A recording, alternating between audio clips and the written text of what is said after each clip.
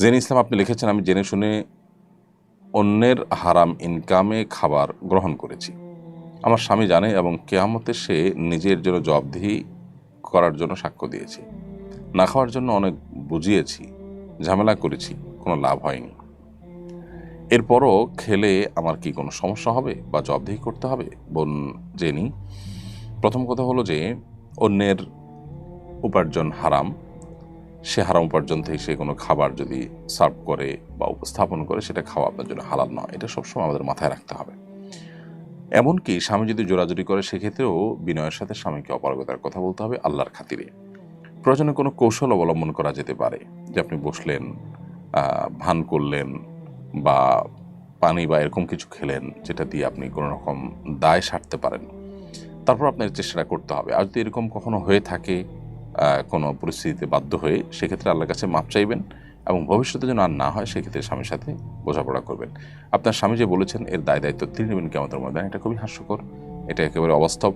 এ দায় নেওয়া না নেওয়ার কি কোনো বিশেষ ফরক পড়ে না। এর ফলে দায় আপনারটা আপনাকে নিতে হবে, কারণ আল্লাহ বলেছেন আল্লাহ তাজিরু ওয়াজিরাতুন বিজরা উখরা। কোরআনে একাধিক জায়গায় বিষয়টি আল্লাহ তাআলা আলোচনা করেছেন যে কারোর পাপের, কারো অপরাধের দায় বা বোঝা অন্য কেউ বহন করবে না।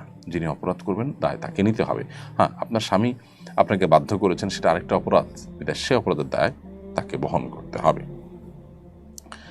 কোরবানি আমাদের সমাজে অনেক সময় সামাজিক মর্যাদার প্রতিযোগিতায় পরিণত হয়। কোরবানির এই বিচ্যুতি কীভাবে রোধ করা যায়? এটার জন্য ব্যাপকভাবে কোরবানির যে আসল মহিমা, কোরবানির আসল যে উদ্দেশ্য, সেটা নিয়ে আলোচনা বাড়াতে হবে, এটার চর্চা বাড়াতে হবে।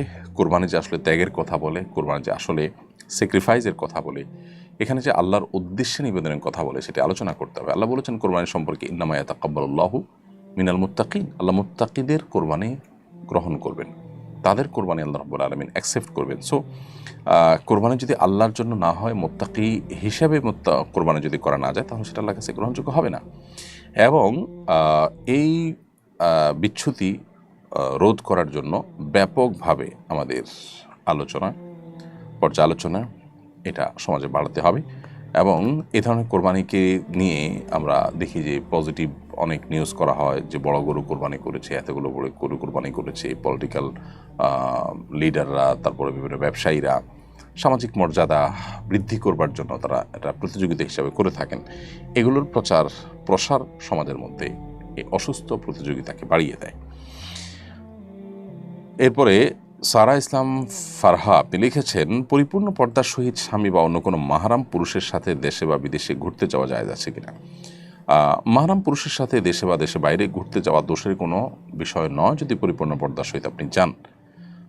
আল্লাহ তাআলা মেয়েদেরকে একেবারে ঘরের মধ্যে বন্দী হয়ে থাকতে বলেছেন, কোথাও সফর করার কোনো অনুমোদন নাই, এরকম কোনো কথা তো বলেননি আল্লাহ তাআলা কোরআন বা সুন্নাহ কোথাও। অতএব এই বিষয়টি আপনারা অর্থাৎ নারীরা তারা অবশ্যই এই সুযোগটা নিতে পারেন, অর্থাৎ সফর ভ্রমণ, সেটা শিক্ষার উদ্দেশ্যে, সেটা দেখার উদ্দেশ্যে, চিকিৎসার উদ্দেশ্যে বা অন্য কোনো উদ্দেশ্যে, শুধু ঘুরতে যাওয়ার উদ্দেশ্যে হতে পারে। আল্লাহর কুদরতের নিদর্শন দেখবেন, রিফ্রেশমেন্টের জন্য নানা উদ্দেশ্যে এই ধরনের সফর হতে পারে। এটি কোনো নাজায়েজ বা নিষিদ্ধ কোনো বিষয় নয়।